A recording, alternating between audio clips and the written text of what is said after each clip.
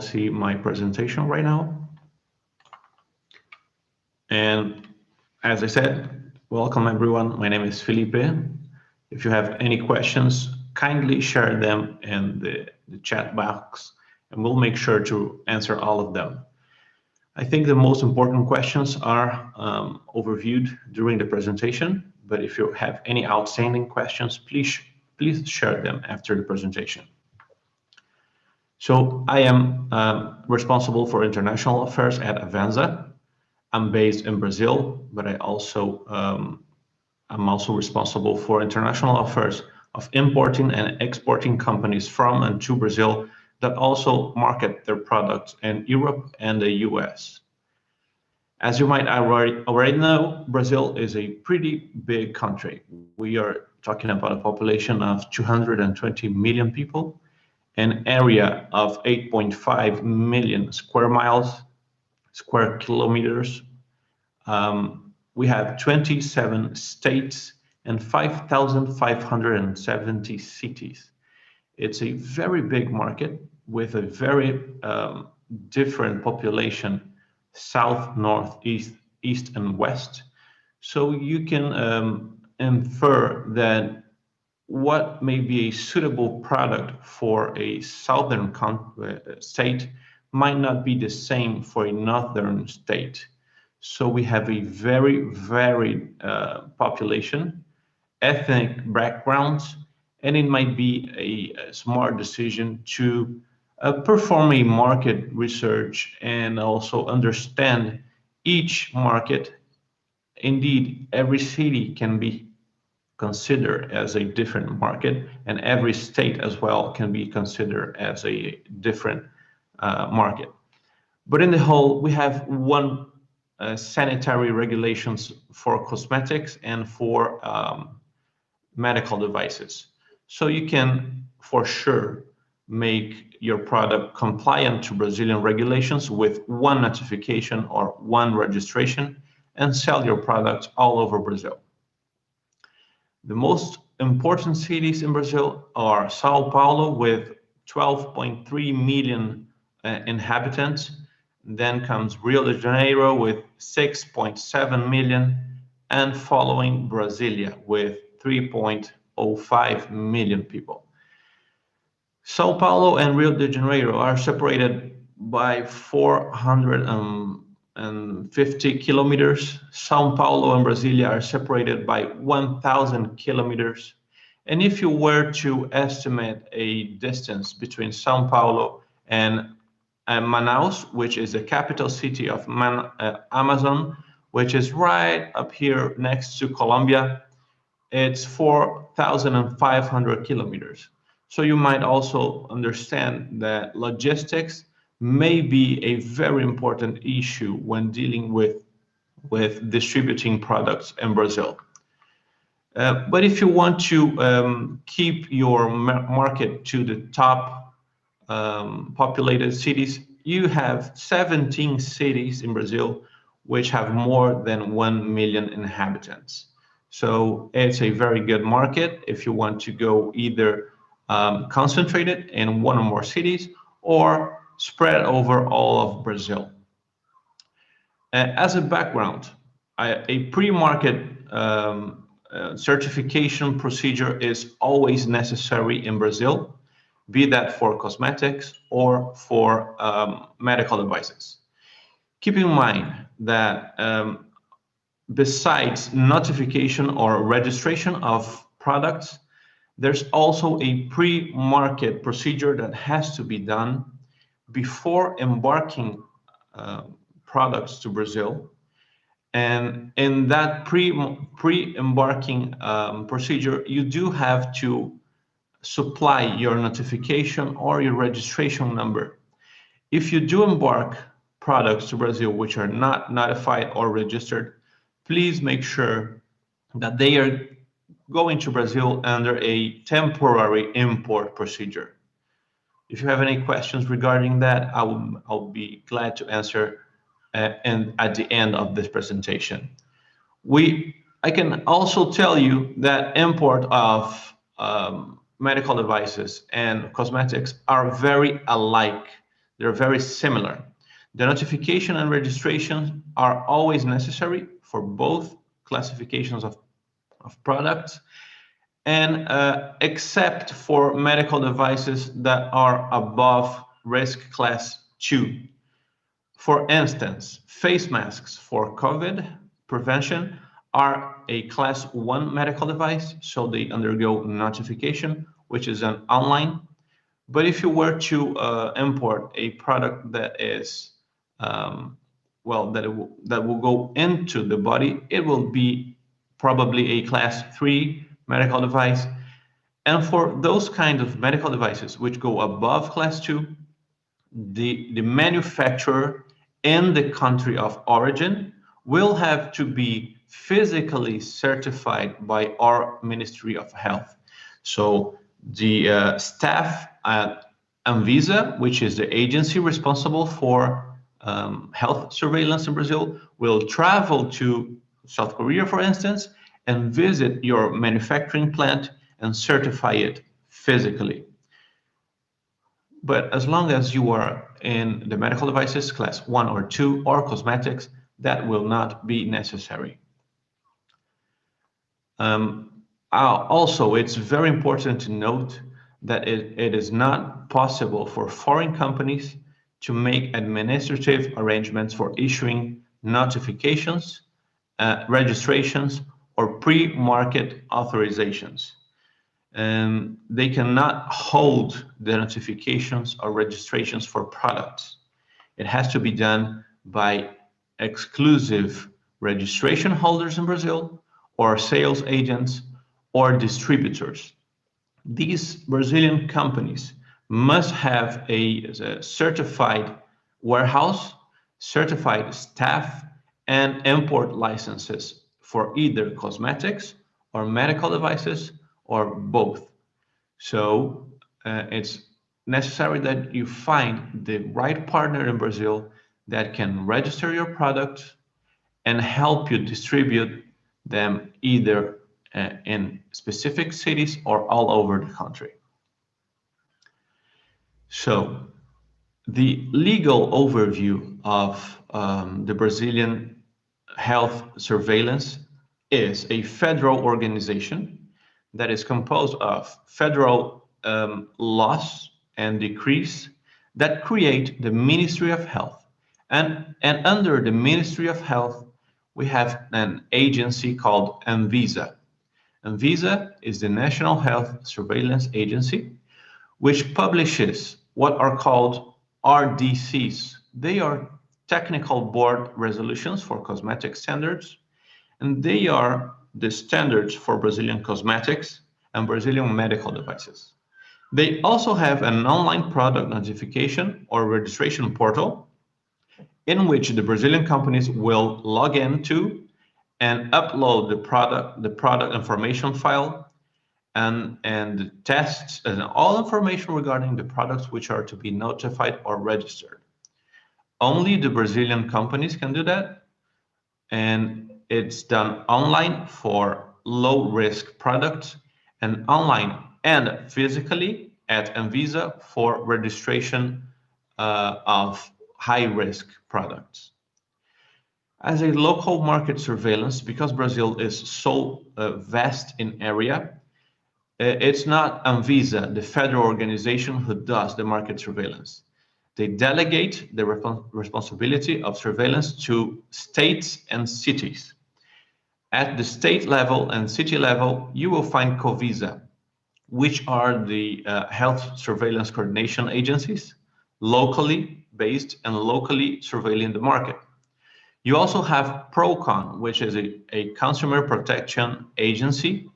It's instituted locally at state level and city level, and you will find that they can also perform market surveillance for information such as net content, claims, and also when you have a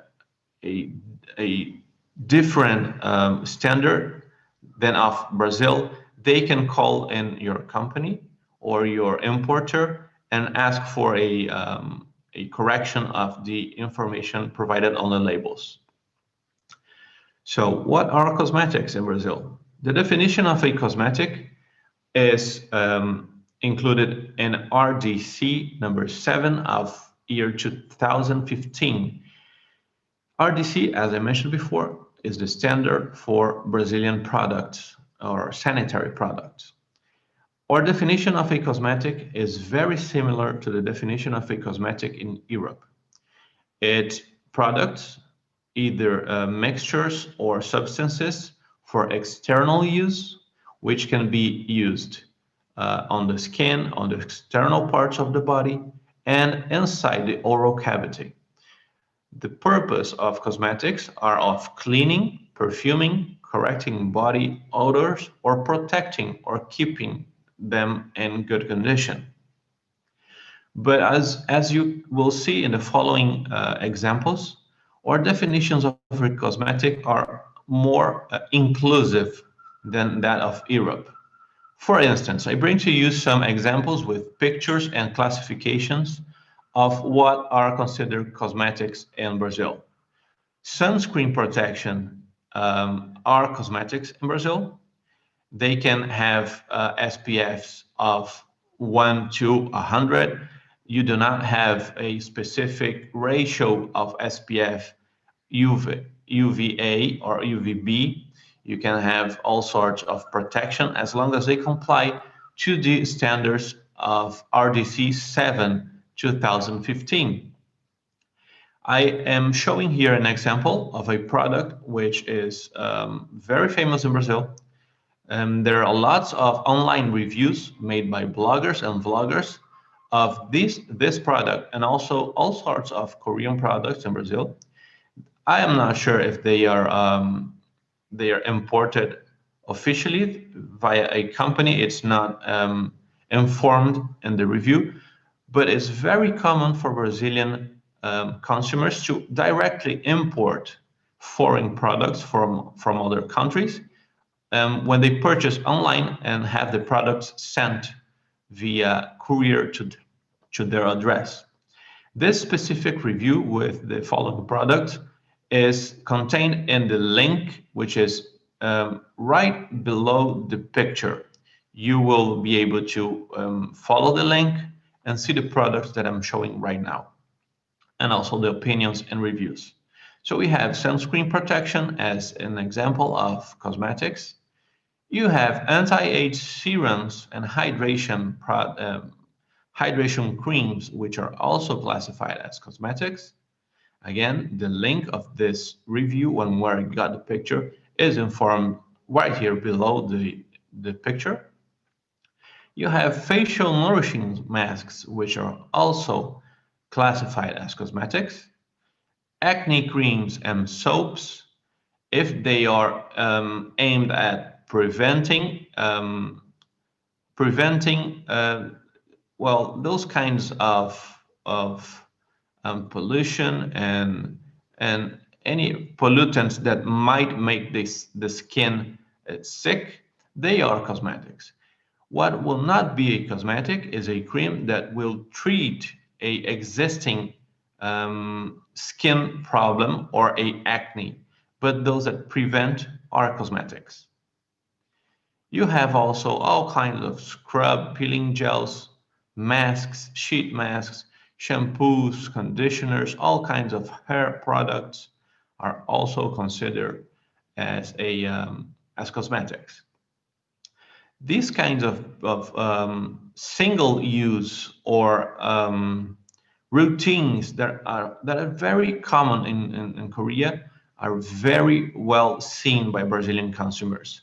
We do not have lots of pouches or envelopes with products that can be used a little bit one day, a little bit another day, and that can be mixed together and make a product routine.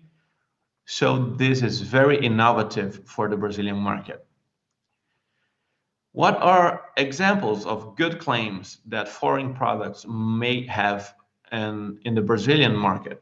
Well, those that contain high technology will always be a good claim.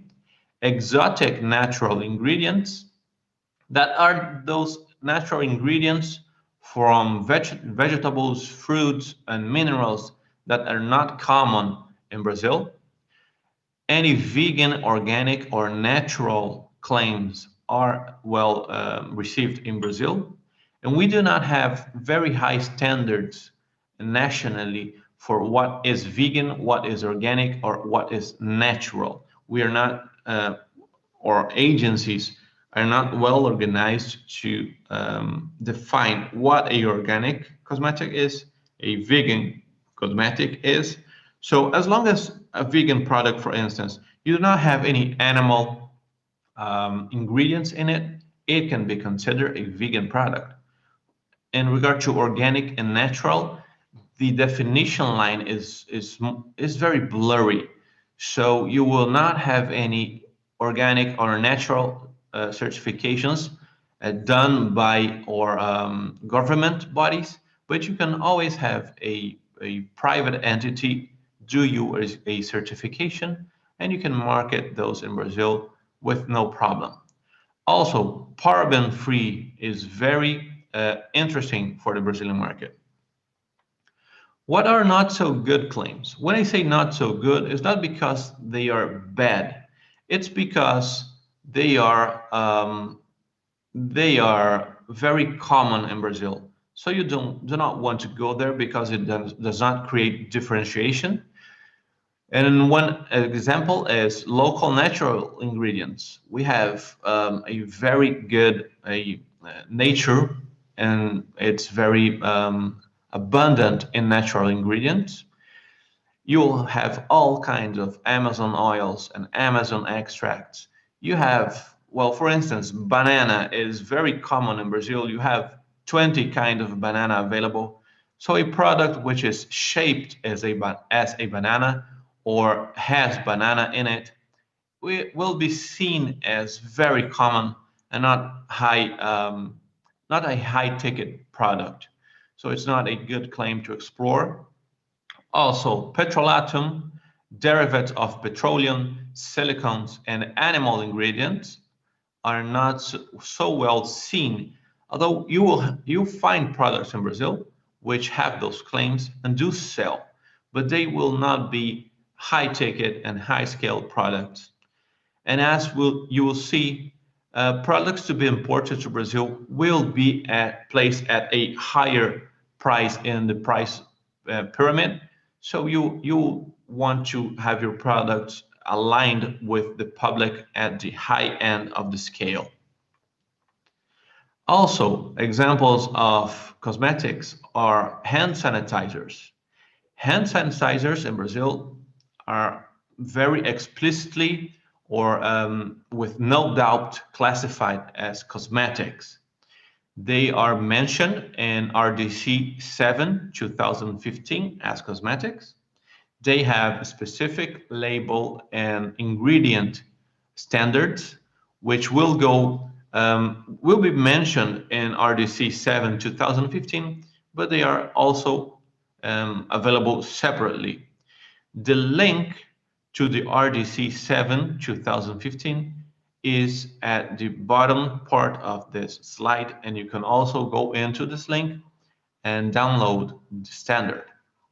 Unfortunately, Brazilian standards for cosmetics and medical devices is not available in English.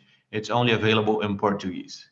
As you will see, I have included here pictures of examples of products which are sold in Brazil and are hand sanitizers. Natura, for instance, one of the largest cosmetic brands in Brazil and also in the world, is producing hand sanitizers in Brazil. Protex, which is an international brand, also produces hand sanitizers in Brazil. And during COVID, you had a flexibilization of standards for hand sanitizers, and even Ambev, which is a alcoholic beverage company, has supplied alcohol to many manufacturers of cosmetics, which made for free hand sanitizers to be distributed in Brazil. So you'll have hand sanitizers which are free on the market, And then, therefore, I would not recommend a hand sanitizer introduction in Brazil at this moment, because there are so many hand sanitizers for very low prices or even for free that it does not make a very interesting product segment to be exploited.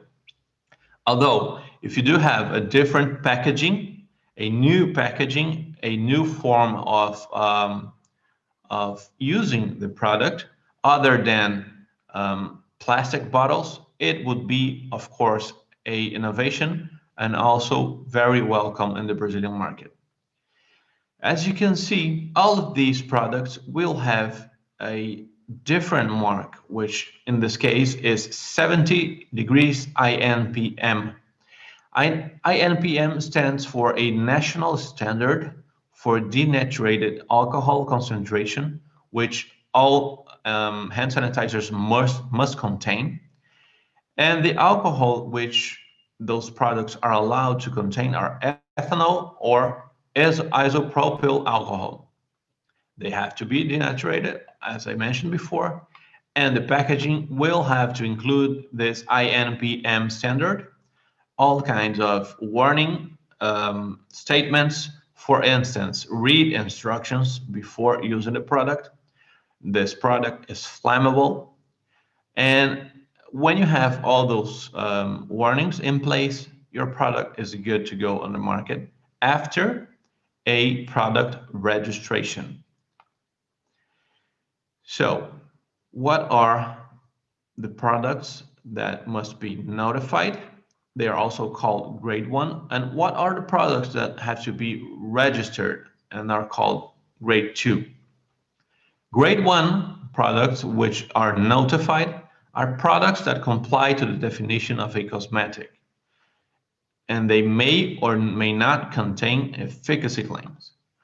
Product of higher risk, as mentioned by RDC 7 2015, are called grade 2, and they are hand sanitizers, sunscreens, insect repellents, sun tanning products, and hair straightening and waving products. Those products undergoing registration, which are grade 2, have a different route of compliance approval than notification. Notification is done in a timeline of 3 to 7 days, and registration has a timeline of 90 or more days. What is the main difference? Registration is a procedure where you submit online and physically all your product information file, your labels, which must be translated, and you also have to wait for Anvisa to go over your information and approve all of your information before giving you a registration number. Notification, on the other hand, is not verified by Anvisa, so the Brazilian company is responsible for uploading all correct information, and your registration number is given you without a prior revision of your documents by Anvisa. So that's why the timeline is very different for a notification procedure and a registration procedure. The costs, the official costs, the Anvisa costs for each notification and registration are the same. They go from $60 to $850. And this cost will depend on the size of the Brazilian company, which is requesting the notification or the registration procedure. In regard to ingredients, we do have a list of positive preservatives that are allowed, a list of positive colorants which are allowed in cosmetics. We have those ingredients that may be used but in specific concentrations. We have a list of sunscreens that are allowed and a list of substances that may not be used in cosmetics. All these lists have links where you can download them from Anvisa. And again, They are in Portuguese. I'm sorry, but we do not have official standards in English to offer. In regard to the documents that must be supplied, either on registrations or notifications, they are specifically, number one, the qualitative and quantitative formula with ingredient function. So you have to specify all INCI name, INCI names for your ingredients and their exact concentrations. This formula has to be signed to the Brazilian company which will do the registration. And the signed formula will have to be uploaded to the notification and registration systems. So if you have a issue with product formulas secrecy, this is a very important thing to consider. Your formula will be sent to Anvisa, and it will be made public if a information request is made. 2, you have to supply the ingredients, physical, chemical, and organoleptic characteristics. You have also to supply the ingredients documentation, for instance, safety data sheets, efficacy tests, and microbiological analysis. The efficacy tests, of course, are always necessary if you have efficacy claims in the ingredients at certain concentrations. For the finished product, you have to supply a product physical, chemical, and organoleptic characteristic, and also its SDS and efficacy tests if efficacy is claimed on the product. And always you have to have a microbiological analysis. You have to supply also a summary of how the manufacturing procedure works for this product.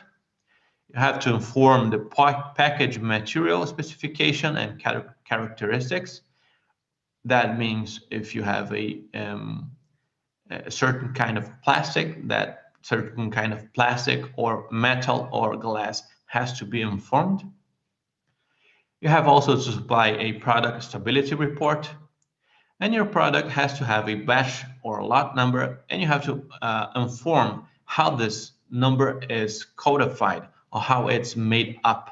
For instance, with letters meaning something and numbers meaning another thing. And you have always to supply your original label in a foreign language and the translations that may be supplied either as a new artwork for your entire label or an over label or a sticker that will be applied over your existing original label. In regard to label requirements, you have in the principal display panel in most products a brand name, a product function, and the net contents. These are the general requirements for cosmetics. Brand name, product function, and net contents must be translated to Portuguese language, and they must comply to the Brazilian standards of contents, for instance. So if you have a brand name which is not easily translated, you may want to include a term that will identify your brand into the product name. That way Anvisa will right away look at that term or brand name and understand that this brand name is contained in your label. When I say that translations are necessary, please do not think that you have to translate front and back of your products with over labels or stickers. What I mean is, if you will have a Portuguese language label, you will want to separate what goes in front of the product and what goes on the back label of the product. But if you are using a sticker, of course that these informations can all be included in the back portion of the label, because in Brazil, the law and the standards do not mandate that informations be specifically in the front display panel or in the back display panel. They just say that the information must be contained, and by general use and costume, we do separate front and back display panels. But again, you can have brand name, product function, and net content on the back using a sticker or over label. The information that you most commonly find on the back of the product or the information panel are instructions for use and general and specific warnings, which must also be translated to Portuguese. You also find a list of ingredients and the international indicative name, INCI nomenclature. And it's a very recent standard. It was published like 15 days ago.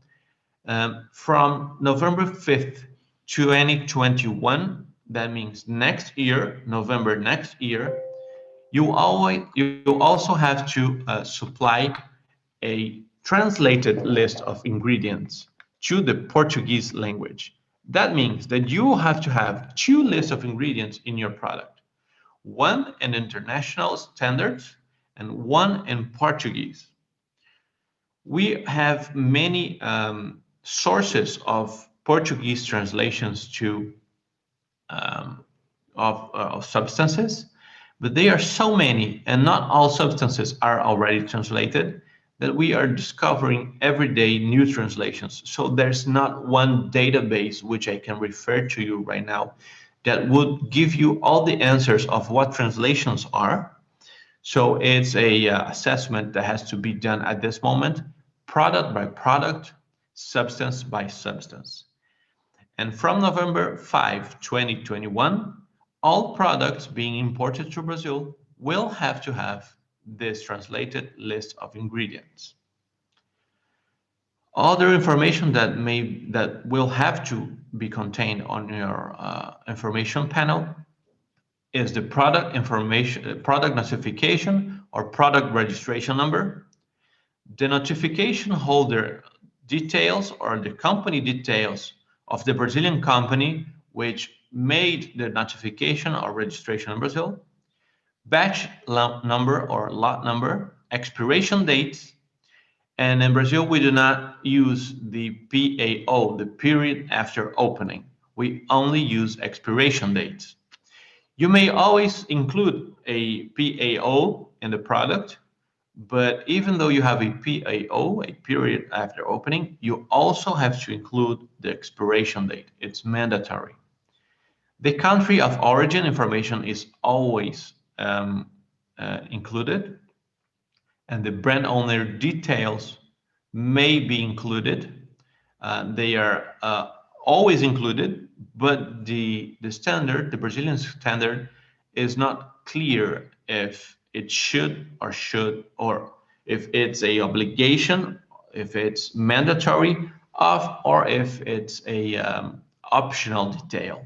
But brand owner details is always declared by all brands, all manufacturers, all importers, although the law and the standards do not make it clear if it's mandatory for it to be contained in the package information.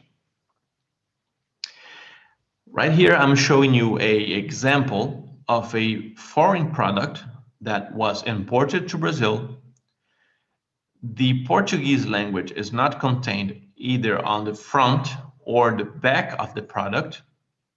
So a over label or a sticker was attached to the back of the product containing the name of the product. The name itself already contains the function of the product, which is a shampoo. It also contains the net content. It contains the marketing claims.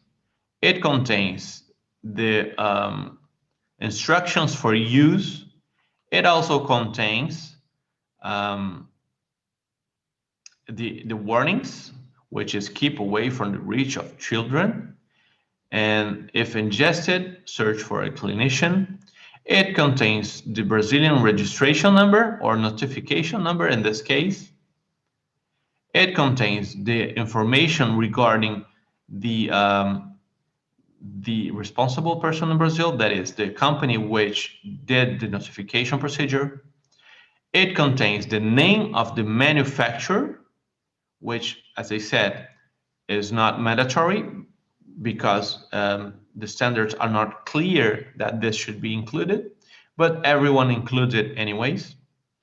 The country of origin, the name of the importer, although this is also the name of the person who did the registration of the product, and the address of the person who did the registration. These are all the information that in the previous slide I have shown as mandatory. Why haven't they translated the ingredient list?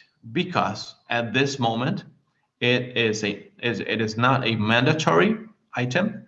It will be mandatory from November 5, 2021 and on, not right now. Important to know when doing business with Brazil. Cross-border sales are those sales in which a end consumer, anyone in Brazil, will purchase online a foreign product from a foreign company. They can have those products paid via credit card and sent to their address via mail or FedEx or UPS, any kind of courier.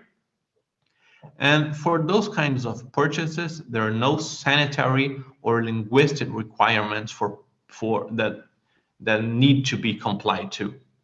When a person buys for their personal use, no registrations or notifications are required. Also, no translations are required. In these types of purchases, import tariffs and state taxes average 88% over the CIF price of the product, which includes the cost, insurance of transportation, and the freight price, the transportation itself. When we are dealing with wholesale importations, which are done by companies which register the product, I can tell you that import tariffs and state taxes average 78% over CIF price of the products, which means costs, insurance, and freight again. They are 10% lower than the cross-border sales, but they are also very high in Brazil. But there are possible tax benefits available for selected finished products and selected states importing the products. So it's very important to do a fiscal or tax study when importing your products in Brazil to avoid those high taxes and maybe be eligible for tax benefits. Also, many large companies, foreign companies, do prefer to choose local manufacturers to package their products, or also they prefer to have their own manufacturing plant in Brazil so they can avoid these high import tariffs. Having a company set up in Brazil and having the import licenses and manufacturing licenses in Brazil is not a very simple task to do. It may take up to 12 months, and you have to have your facility and your staff hired during those months and not producing anything until you have your licenses ready to do business in Brazil. So it may be costly, and it may be also a time-demanding task. So at a first moment, what I would, of course, consider is hiring a contract manufacturer in Brazil to be your partner or your service provider, and maybe exporting to Brazil bulk products to be packaged in Brazil and that way avoiding the 78% tariff rate in importations. What are the main ports and airports of entry in Brazil? You have, of course, airports all over Brazil. These right here are only the main ones mentioned, the ones that will have a very easy procedure for receiving pallets of products and distributing them then by land or by sea to other states or other cities. I will have to tell you that because Brazil is a very large country, you'll not find a very good structure over the northern part of Brazil. It's very separated from the southern part of Brazil. There are not many roads that go north and south. So if you are exploring the northern part of Brazil, you want to use airports, mainly in Manaus, the Amazonas state, Roraima. I mean, all these northern states, you prefer to use airports. If you're doing business with Sao Paulo state, Rio de Janeiro, and Brasilia, you can always use the main cargo ports, which are harbors located in Itajaí, Santos, and Rio de Janeiro. I will tell you that Santos is the largest port in Brazil for the reception of containers, but Itajaí has very good tax benefits that can be used when importing via the port of Itajaí.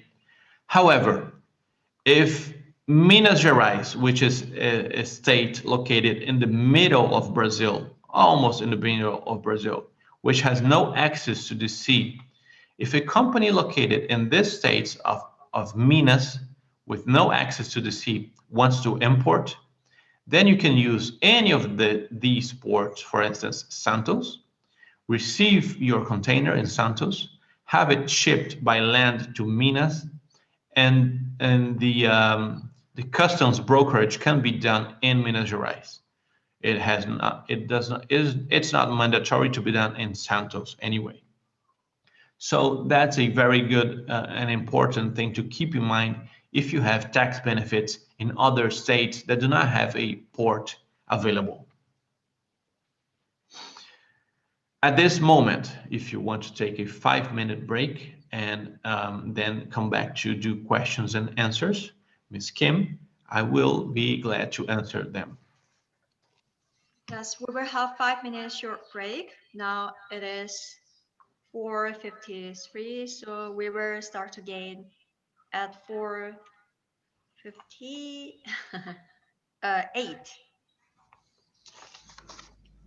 네, 지금부터 5분간 잠시 휴식 시간 취한 후에 질의응답 시간으로 이어지겠습니다. 지금 4시 53분이니까요. 4시 58분까지 잠깐 쉬시고 질의응답 시간 시작하도록 하겠습니다. 질문이 있으신 경우에 채팅창에 한국어로 적어주시면 협회에서 이를 영어로 번역해서 통역을 해드리도록 하겠습니다.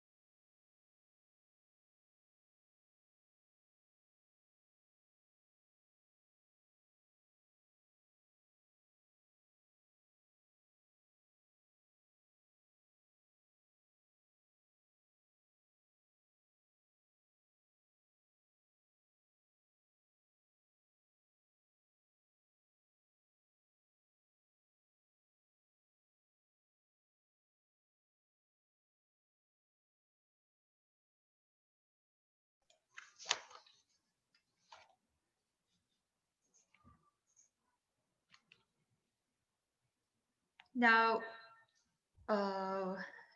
we're now going to begin answering the questions submitted during today's presentation. As a reminder, you can type a message into the chat box, then click send button. You can request to speak up during Q&A session if you have been muted by the host. For this, please use raise hand button. 질문이 있으신 분은 줌의 채팅창에 질문을 적어주셔도 되시고요. 영어로 적어주시면 좋지만 그렇지 못한 경우에는 한글로 일단 적어주시면은 저희가 협회에서 통역을 해보도록 하겠습니다. So our first question is from Sinsira, and her question is, in regard to the import tariff and customs cost, is 88% of the CIF accurate, in which means 188% of the original cost would be a final price?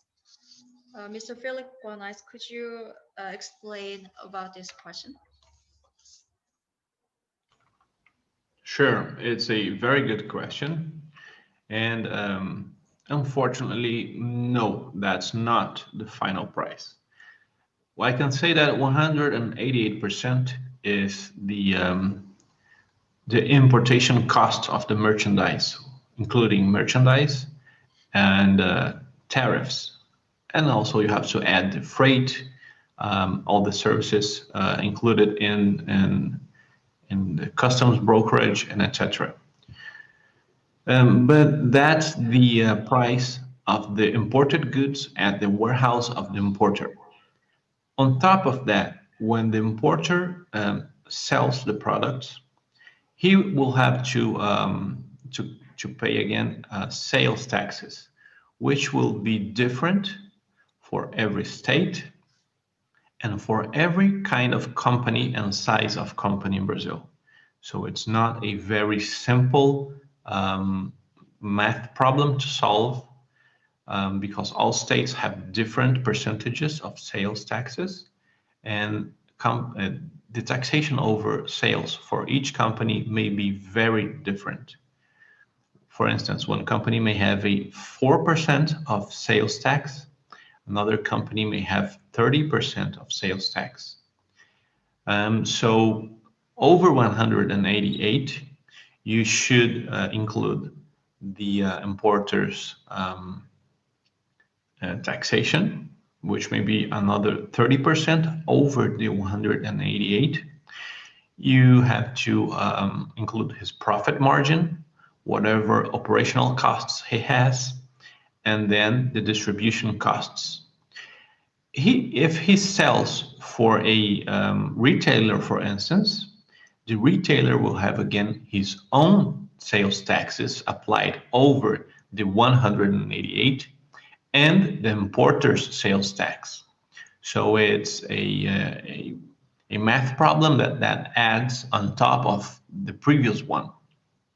I can tell you that the expected final price, if I had to say a markup number over your original cost, will be of 4. So if your product costs $10 and well, if you sell your product for $10 to Brazil, the end price, the final price for the final consumer would be of $40, 40. So it's a very excruciating taxation in Brazil that has to be considered before you compromise yourself with an importer and before you do registration of your product. Of course, that is not considering possible tax benefits. It's a direct export procedure to Brazil, and tax benefits, I would say, have to be used so you do not have a markup multiplier of 4, maybe of 2 or 2.5 using tax benefits, or even using a contract manufacturer in Brazil to assist you with avoiding those import tariffs.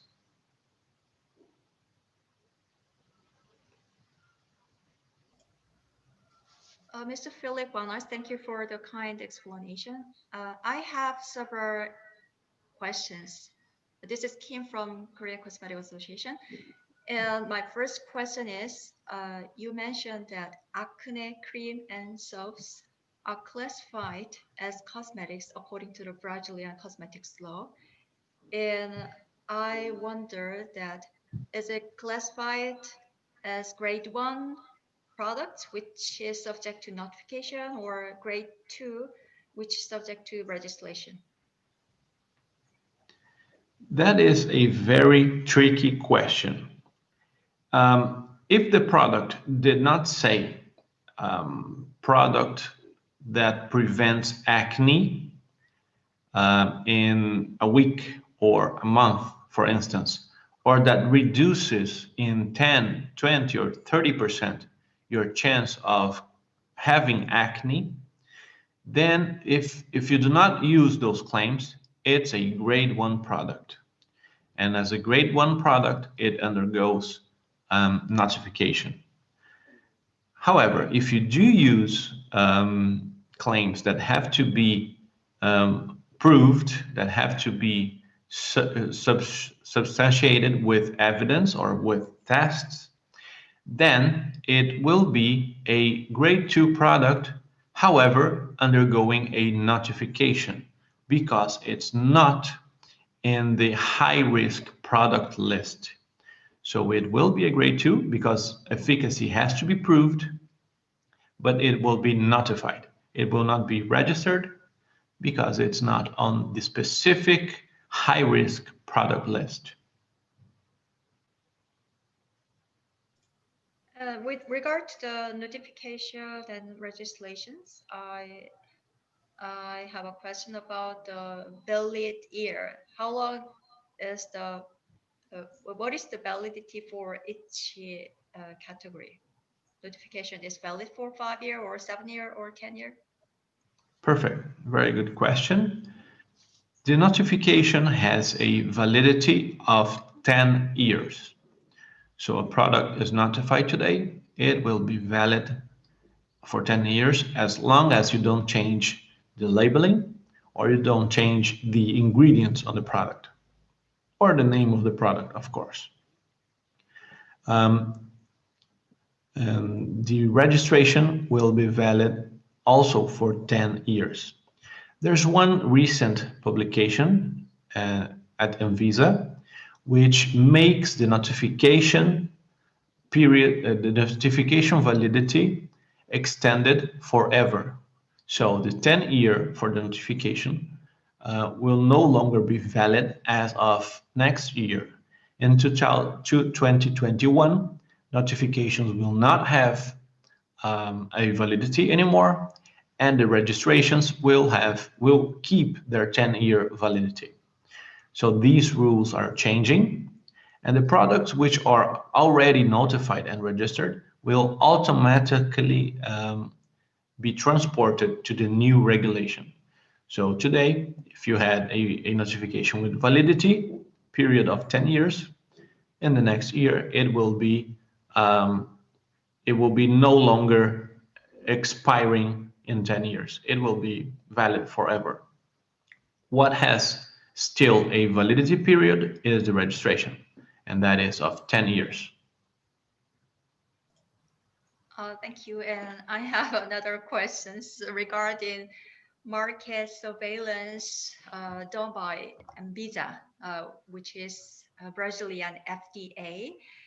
And in other countries, the FDA, the competent authority of cosmetic surveillance, collect samples from the shelves in the market, and they conduct analysis about microbial contamination or heavy metals that should not be included in cosmetics.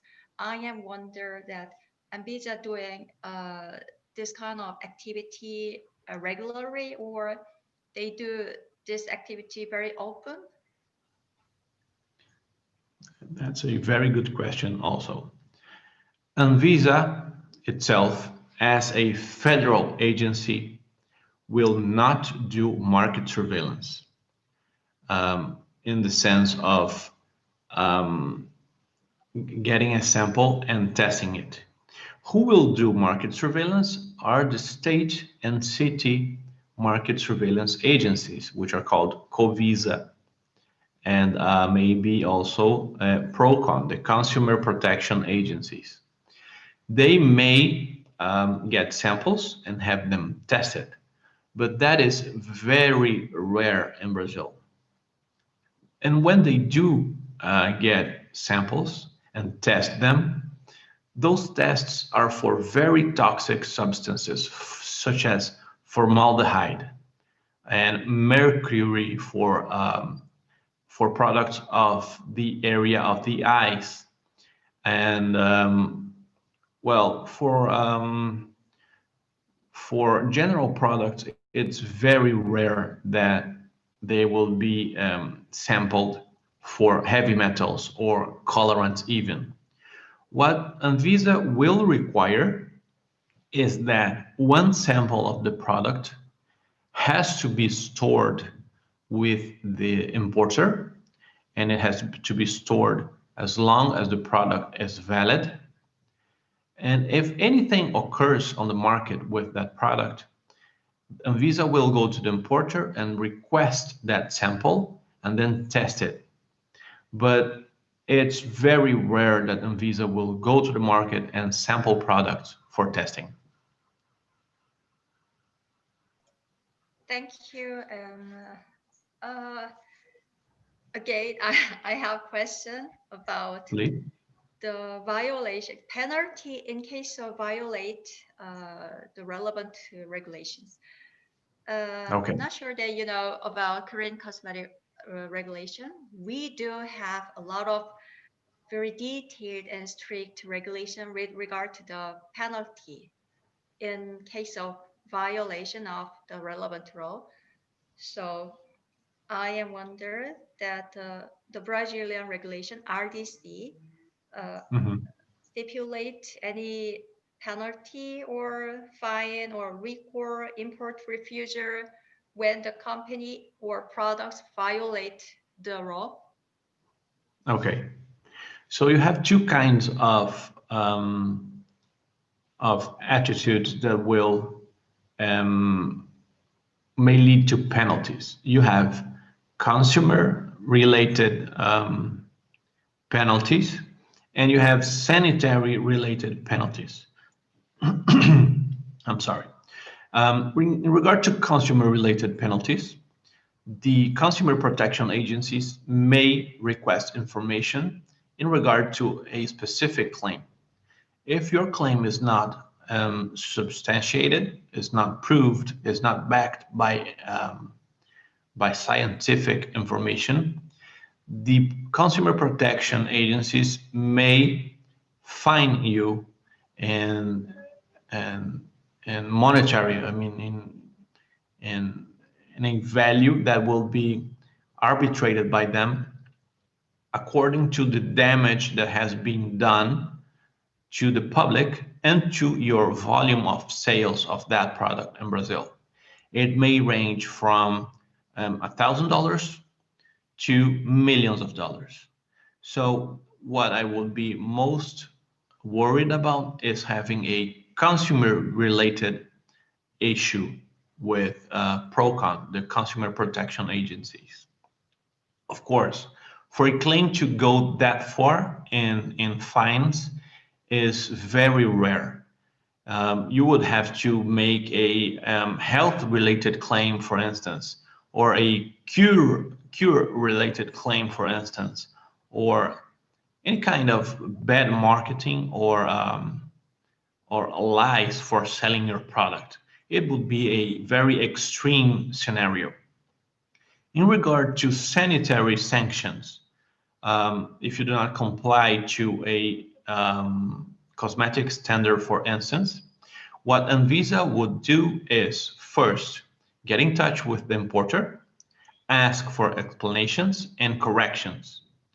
Those corrections may be, if they are label related, they may be solved with a sticker. But if that's not possible, they will request that you remove all products from the market. That may be a very time-consuming and resources consuming activity, because Brazil is so large. You have to find all distributors, all products that are available for sale. You may also have to get in touch with the consumers. If that's not possible, you have to do a marketing campaign so that the consumers get in touch with you. They may require that you do that. So it may consume resources that are not directly linked to a fine. However, fines are also a way of punishing, to use that word, and the companies that do not follow the rules. However, all these fines and these liabilities are responsibility of the importer, not the manufacturer.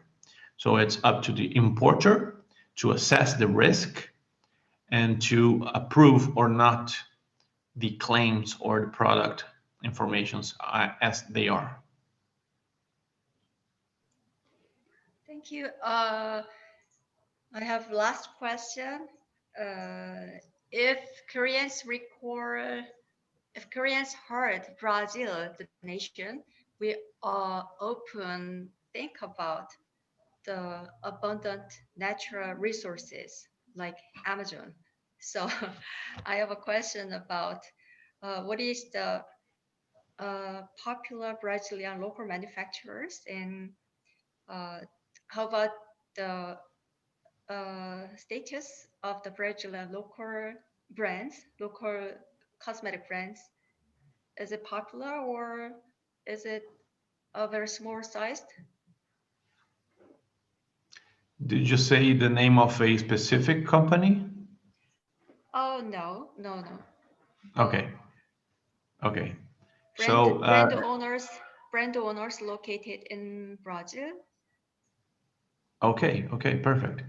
So you have, of course, all kinds of foreign products in Brazil. All the high scale brands are selling products in Brazil, upscale, I mean. You have also all kinds of cheap product being sold in Brazil. However, the scale has to be very large for them to be competitive. You have Procter & Gamble, you have Unilever, Colgate, Palmolive, all those products being sold in Brazil. And the Brazilian companies that are most known for cosmetics are Natura, Natura.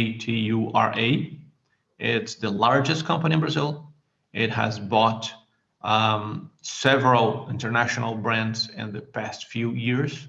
So it's very large internationally as well. And then you have Boticário, which is a local brand. It exports a lot, but it only owns that same brand, which is called Boticário.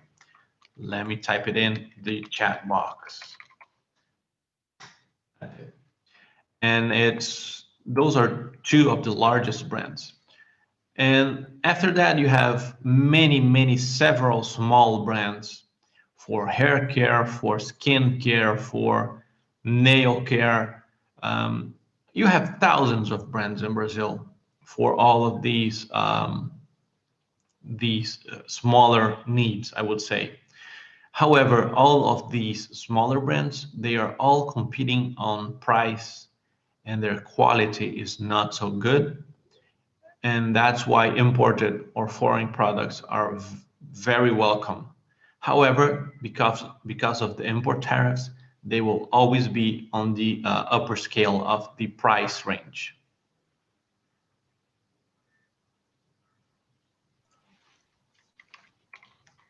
Thank you, Mr. Filipe Guanaes. 혹시 질문 더 추가로 해주실 분 계실까요? 채팅창을 통해서 질문하실 사항을 우리나라 말로 적어주셔도 됩니다.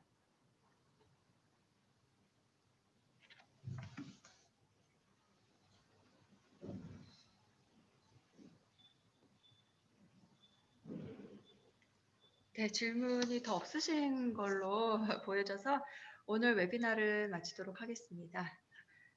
Thank you, Mr. Filipe Guanaes, and thank you everyone for attending today's webinar.